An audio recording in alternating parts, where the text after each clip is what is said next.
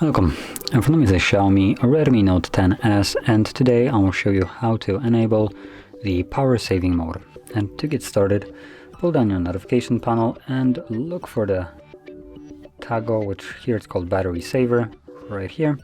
And once you find it, click on it, and there we go, it's right now turned on. Now in this mode, when the battery saver is enabled, the device will disconnect from Wi-Fi and mobile data when the device is in sleep mode, and this is considered a sleep mode right now. So when the device is in sleep mode, it disconnects to preserve battery, and that will result in you not being able to receive any kind of notifications that would be network reliant. So any kind of Facebook notifications, messengers, stuff like that. What else is there?